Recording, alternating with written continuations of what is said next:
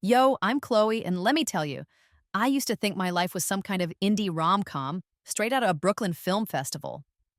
Picture this, me and Ethan, my husband, or should I say ex-husband now, we were the dream team.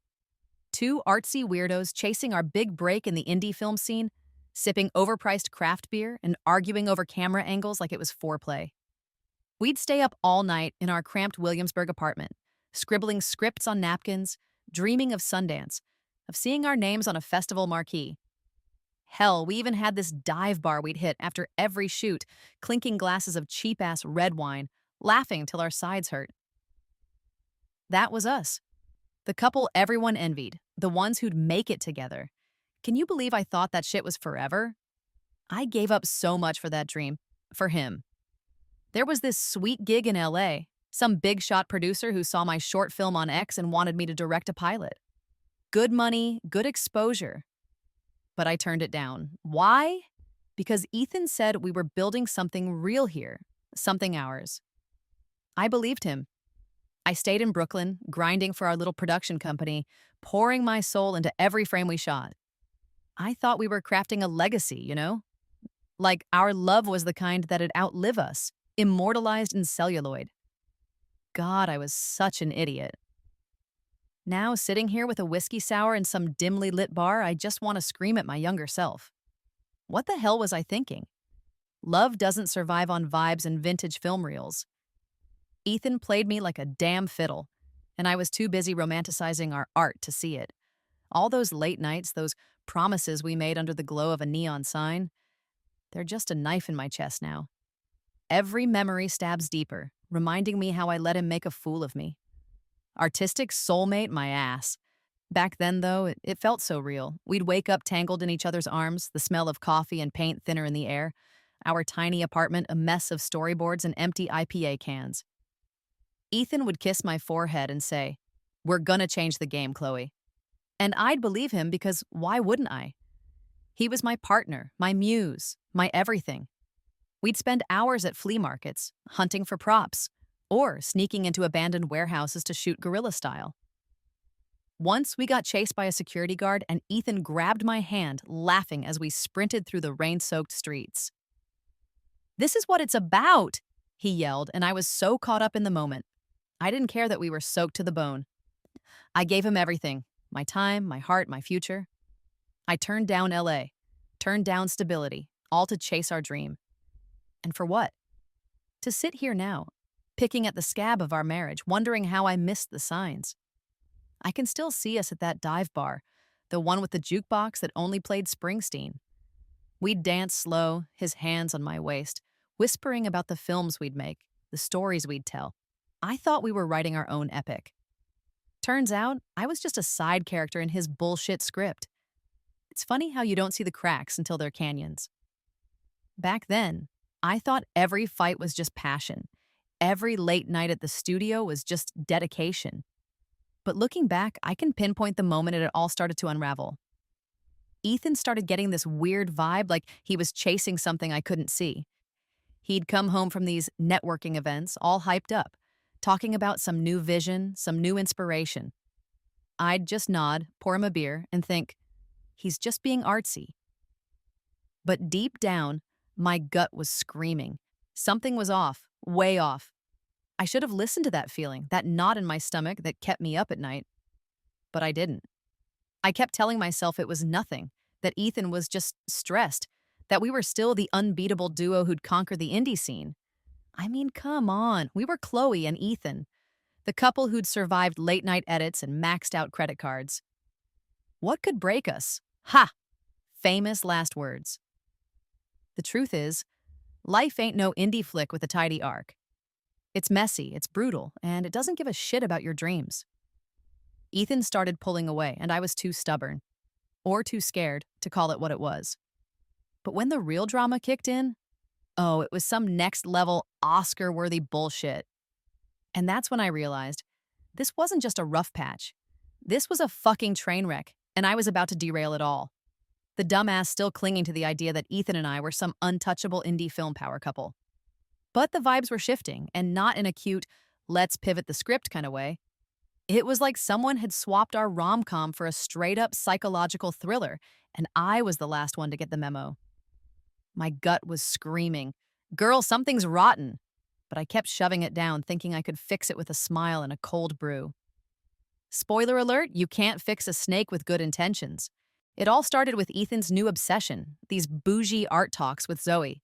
This wannabe cool film critic who wrote for Village Voice like it made her God's gift to cinema. Zoe was the kind of chick who'd throw around phrases like deconstructing the male gaze while sipping kombucha in a Dumbo loft. Total tryhard. She'd go on and on about how marriage cages creativity and true artists break boundaries. Like, okay, Zoe, calm down, it's not that deep. But Ethan? He ate it up.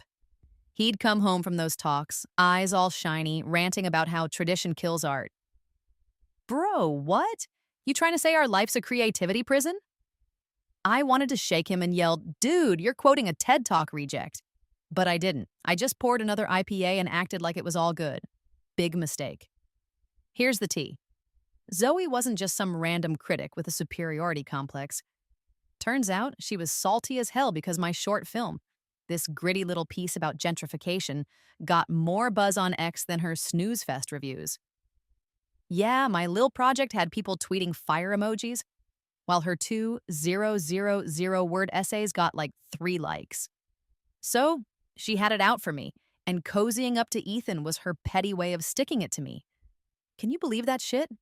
She wasn't just messing with my marriage, she was playing 4D chess with my whole life. Then Ethan started acting extra. He'd roll up in these new button-downs looking like he was auditioning for a Wes Anderson flick. He'd say he was working late at the studio in Williamsburg, but his phone was locked tighter than Fort Knox. I'm no hacker, but come on, when your husband suddenly got a passcode and a shady smirk, you know something's up. I'd catch him texting at 2 a.m., and when I'd ask who it was, he'd mumble, "Just the crew."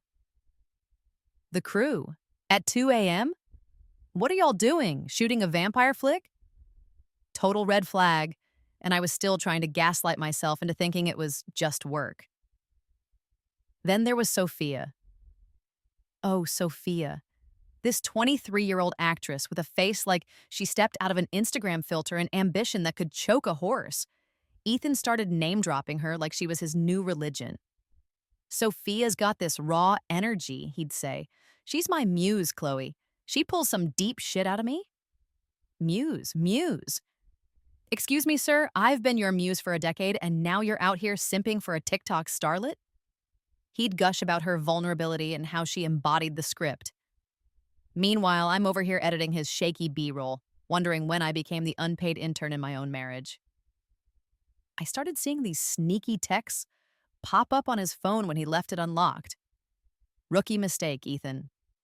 Stuff like, "Meet me at the usual spot tonight," or "Thanks for the dope rehearsal." Dope rehearsal? Bro, you're directing a low-budget short, not Citizen Kane.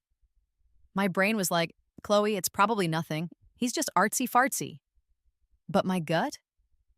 My gut was screaming, "You're getting played, sis." I'd lie awake at night staring at the ceiling of our apartment, the neon glow from the bodega sign across the street flickering through the blinds. Every creak of the floorboards felt like a warning. I wanted to believe it was all in my head, that Ethan was just caught up in some midlife crisis bullshit. But deep down, I knew. I knew he was slipping away, and it wasn't just to some hipster coffee shop. The worst part? I kept pretending everything was chill. I'd cook dinner, crack jokes, act like the perfect indie filmmaker wife, all while this knot in my stomach grew bigger. I'd see him scrolling X, liking Sophia's thirst traps, and I'd just swallow it. I'd tell myself, he's stressed, he's passionate, he's not that guy. But every time he mentioned Sophia or Zoe, it was like a little jab to the ribs. I was drowning in red flags, and I still thought I could swim. I think what killed me was how I started doubting myself. Like maybe I wasn't inspiring enough anymore. Maybe I was too focused on our production company, too busy hustling for grants and festival submissions. Maybe I wasn't the cool, artsy chick he fell for. I'd look in the mirror, tugging at my messy bun, wondering if I'd let myself go. God, I hate that I even went there. But that's what betrayal does. It makes you question your own damn worth. By then, I was done playing the clueless wife. I couldn't keep ignoring the stench of whatever Ethan was cooking up. My heart was racing every time he walked out the door, every time his phone buzzed. I was tired of feeling like a sidekick in my own story, so I decided it was time to dig. Time to get my hands dirty and find out what the hell was going on. I didn't know it yet, but I was about to uncover some shit that'd make my indie rom-com life look like a straight-up horror flick. And trust me, it was gonna hurt like hell. And by now, I was done playing the fool in Ethan's shady little script. My gut was screaming, my heart was racing, and I couldn't keep pretending everything was just artsy vibes. I needed the truth no matter how much it was gonna gut me. So, I did something I'm not exactly proud of, but screw it. I was past playing nice. Ethan said he was headed to a script meeting with Zoe at some fancy loft in Dumbo. Yeah, right. I slipped a tiny recorder into the pocket of his jacket before he left. Messed up? Sure. But getting gaslit for months will make you do some wild shit. I was done being the clueless wife in this indie drama. That night, I sat in our dark apartment, the glow of the city leaking through the blinds, my hands shaking as I hit play on that recorder. I don't know what I expected. Maybe some pretentious babble about narrative arcs or whatever Zoe spewed to sound deep. But what I got? Jesus Christ, I wish I could unhear it. There was no script talk, no artsy bullshit. Just Ethan's voice, low and intense, saying to Sophia, "I've never felt this alive, not until you." My stomach dropped. Alive? Alive? What the hell was I then? Chopped liver? Wallpaper? And then Zoe, that snake, chimed in, all smug. "This is the fuel for your art, you two. Embrace it." Fuel? Fuel! I wanted to scream. They were burning my life down and she was calling it art? I sat there, frozen, the recorder looping their voices like some sick torture. Ethan went on, telling Sophia how she unlocked him, how their connection was some cosmic shit. Sophia giggled. Fucking giggled. And said, "We're rewriting the rules, baby." Rewriting the rules? Bitch, you're rewriting my marriage. I kept listening, hoping it was a mistake, a prank, anything. But it wasn't. Every word was a knife, carving up the life I thought we had. I could hear the clink of wine glasses, the murmur of some trendy loft party in the background, while my world fell apart in a shitty Brooklyn apartment. The tears came hard, not because I was still head over heels for Ethan, but because I felt so damn stupid. How did I miss this?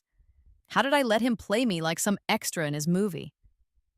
I thought about all the nights I stayed up editing his footage, all the times I hyped him up on X, all the dreams I shelved for us. And for what? To be the punchline in his fling with a wannabe starlet and a bitter critic? I curled up on the couch, the city humming outside, and let myself cry. Not loud, not dramatic. Just quiet, ugly sobs that left my chest hollow. I kept asking myself, what did I do wrong? Was I not enough? Those questions hurt worse than the betrayal itself. I don't know how long I sat there, the recorder still playing like a cruel soundtrack. The neon sign across the street flickered, casting shadows on the wall, and I felt like I was drowning. I thought about calling my best friend Mara, but what would I even say? Hey, my husband's banging his Muse, and his sidekicks cheering him on? I couldn't face that yet. Instead, I poured a glass of cheap whiskey, the kind we used to drink when we were broke, and stared at the storyboards pinned to our wall. Our next project, the one we'd been pitching to festivals. It felt like a lie now, every sketch a reminder of the future we'd never have. But then, something shifted. Maybe it was the whiskey. Maybe it was the rage, but I wiped my tears and got pissed. Not at myself, at them. Ethan, Sophia, Zoe, they didn't get to ruin me. They didn't get to take my fire, my art, my goddamn life. I wasn't going to be the sad wife who begged for answers or screamed into the void. Nah, I was done with that script. If they wanted to play dirty, I'd play dirtier. I'd make them choke on their own artistic fuel. That's when I thought of Marcus. He was this OG cinematographer, a legend in the indie scene, and he'd always had beef with Ethan. Marcus called him out years ago for using art as an excuse to screw people over. Crew, investors, you name it. He'd also clashed with Sophia, rolling his eyes at her fake deep monologues during shoots. Marcus was real, and he'd see through this bullshit. I grabbed my phone, my hand still shaky, and shot him a text. Yo, we need to talk. Ethan's fucking us both over. He replied in seconds. Spill, I'm in. We met at a greasy diner the next morning, the kind with sticky tables and coffee that tasted like regret. I laid it all out. The recorder, the texts, Zoe's petty vendetta, Sophia's Muse act. Marcus listened, his jaw tight, and when I played the audio, he slammed his mug down. This is some low-life shit, Chloe, he said. Let's burn it down. That's when I knew I wasn't alone. We started plotting, not just to confront Ethan, but to make him and his little crew crash and burn in front of everyone who mattered. No tears, no mercy. Just cold, hard revenge, served with a side of Brooklyn grit. I wasn't sure how it'd go down yet, but I knew one thing. I wasn't the one who'd be hurting when this was over. They thought they could play me? Nah, I was about to direct the hell out of this drama, and their asses were about to get canceled. I was done crying over Ethan's sorry ass. My heart was still bruised, but I had fire in my veins now. Marcus and I were ready to flip the script on this whole betrayal circus, and we weren't just going to confront Ethan. We were going to make him, Sophia and Zoe, choke on their own lies in front of the entire indie film scene. This wasn't just revenge, it was a goddamn reckoning, and I was directing every second of it. Marcus was the perfect ally. This dude was a legend, with a rep for calling out bullshit in the industry. He'd beefed with Ethan before over Ethan's shady habit of borrowing crew ideas and passing them off as his own. And Sophia? Marcus couldn't stand her fake, deep vibe, always acting like she was one monologue away from an Oscar. When I spilled the tea, the recorder, the texts, Zoe's petty vendetta, Marcus didn't hesitate. Let's clean up this mess, he said, his eyes glinting like he'd been waiting for this moment. We spent hours in that diner, plotting a takedown so brutal it'd leave Ethan's career in the gutter. The plan? Hit him where it hurt, his precious reputation, right at the premiere of his new film. The night of the premiere rolled around, and let me tell you, Williamsburg was buzzing. The screening was at this artsy little theater, all exposed brick and overpriced IPAs, packed with filmmakers, hipsters, and critics who thought they were the gatekeepers of indie cred. Ethan and Sophia were front and center, flexing like they were the king and queen of Brooklyn. Zoe was there too, hyping the film on X like it was the second coming of Pulp Fiction. The posts were blowing up. Ethan's vision is next level. Barf. I stood in the back, sipping a lukewarm beer, my heart pounding but my game face on. They had no idea what was coming. Ethan took the stage after the screening, all smug in his vintage blazer, giving this self-important speech about unlimited inspiration and pushing boundaries. The crowd ate it up, clapping like he was Scorsese. That's when Marcus made his move. He stood up, all 6'3" of him, and raised his hand like he had a question. The room went quiet. Yo, Ethan, he said, voice steady but sharp. You talk a big game about ethics in art, but how about we discuss your ethics? A few people shifted in their seats, sensing the vibe shift. Ethan's smile faltered, but he tried to laugh it off. What's that supposed to mean, man? That's when I stepped up. I walked to the front, my boots clicking on the hardwood, every eye in the room on me. My voice was steady, like a blade. I got some tea to spill about your inspiration, Ethan. The crowd murmured, phones already out, ready to live tweet the drama. I held up my phone, the recorder app open, and hit play. Ethan's voice filled the room. I've never felt this alive. Not until you. Followed by Sophia's giggle and Zoe's bullshit about fuel for art. The theater went dead silent, like someone had sucked the air out. I didn't stop there. I pulled out a stack of printed texts, tossing them on the table. Sneaky meetups, late-night rehearsals, and Zoe egging you on. Hebial classy, babe. The crowd erupted into whispers, some gasping, others typing furiously on X. Ethan's face was white as a ghost, his mouth opening and closing like a fish. Sophia stared at the floor, her perfect Instagram glow gone. Zoe tried to pipe up, stammering, This is out of context. But a few hecklers in the back drowned her out with boos. A couple of Zoe's loyal stans tried to defend her, muttering about artistic freedom, but the room wasn't having it. The energy had shifted. Ethan's golden boy status was crumbling, and everyone could smell the blood in the water. I wasn't done. I pulled out the final blow, a manila envelope thick with divorce papers. I slapped it on the table right in front of Ethan. From now on, you're free to create with your little muse, I said, my voice dripping with venom. I'm done. The crowd gasped again, and I swear I heard someone whisper, Holy shit. I turned on my heel, walking out of that theater with my head high, leaving Ethan, Sophia, and Zoe to drown in their own mess. The silence behind me was louder than any applause I'd ever gotten. As I stepped into the cool Brooklyn night, the adrenaline hit me like a freight train. My hands were shaking, but I felt alive. Really alive. Not the fake-ass version Ethan was chasing with Sophia. I'd just burned his world down, and it felt so damn good. The X posts were already pouring in. I could see notifications lighting up my phone.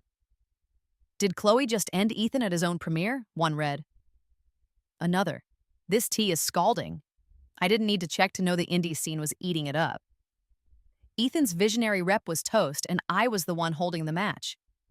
I leaned against a street lamp, the neon glow of a bodega sign flickering nearby, and let myself breathe. For the first time in months, I felt like I was back in control. Ethan thought he could play me, but I'd just directed the performance of my life. And this was only Act 1. The fallout was coming, and I was ready to rewrite my story. Without him, without his lies, and with every ounce of badass I had left. After I dropped that bombshell at Ethan's premiere, shit hit the fan in the best way possible. I walked out of that Williamsburg theater with my head high, leaving Ethan, Sophia, and Zoe to stew in their own pathetic mess. The Brooklyn night air hit my face, and for the first time in forever, I felt like I could breathe. I just directed the takedown of the century, and let me tell you, the fallout was straight up cinematic. By the next morning, X was a war zone. Some rando filmmaker posted, Ethan calling himself an artist while pulling this dirty shit? Nah, fam. That tweet got retweeted over 1,000 times, with people piling on. Another one read, Chloe's the real MVP. Spilled that tea and left no crumbs. The indie scene was ruthless. Ethan's name was mud, and Sophia and Zoe weren't faring much better. Zoe's village voice. Ethan tried to crawl back, of course. My phone lit up with his calls and texts. All, Chloe, we need to talk, and I messed up, I'm sorry. Bro, sorry? You didn't just mess up. You set my life on fire and danced in the ashes. I blocked his ass without a second thought. Sophia and Zoe got the same treatment. Their DMs begging for a chance to explain went straight to the trash. Explain what? How you thought you could play me and walk away clean? Nah, karma's a bitch, and she was serving justice on a silver platter. The indie scene didn't just roast them online. It froze them out. Ethan's big visionary project, the one he was flexing at the premiere, tanked hard. No festival would touch it, no distributor would bite. Word on the street was he couldn't even book a coffee shop screening. Sophia's Muse glow faded fast. Her auditions dried up when casting directors caught wind of her shady vibe. And Zoe? Her precious Village Voice column got canned after her editor got tired of the backlash. Turns out, hyping a cheater doesn't look great on your resume. I didn't need to lift a finger. The community I'd poured my heart into did the work for me. Can you believe it? I spent years scared of losing my place in this world, and now it was rallying behind me. I could have sat back and gloated, but I had bigger plans. I linked up with Marcus and a few real ones from the scene, the kind of homies who'd show up with a camera and a dream, no ego attached. We started working on a new short film, something raw and honest, the kind of story Ethan could only fake. I poured every ounce of my pain, my rage, my rebirth into it. No more playing second fiddle to anyone's vision. This was my art, my voice. And you know what? It felt like coming home. Last week, I got the email that changed everything. Our film, yeah, my film, got selected for the Tribeca Film Festival, Tribeca, the same festival Ethan used to drone on about like it was his birthright.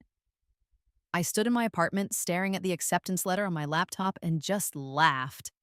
Not a bitter laugh, but a holy shit, I did that laugh.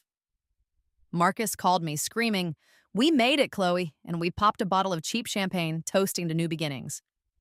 Somewhere out there, Ethan was probably scrolling X, seeing my name in festival lineups, and I hope it stung like hell. But me? I was too busy living to care. A few days later, I got an email from Ethan. This long, whiny novel about his youthful mistakes and how he'd lost himself. Pure bullshit. The kind of fake deep nonsense he used to charm investors. I read the first line, rolled my eyes, and hit delete.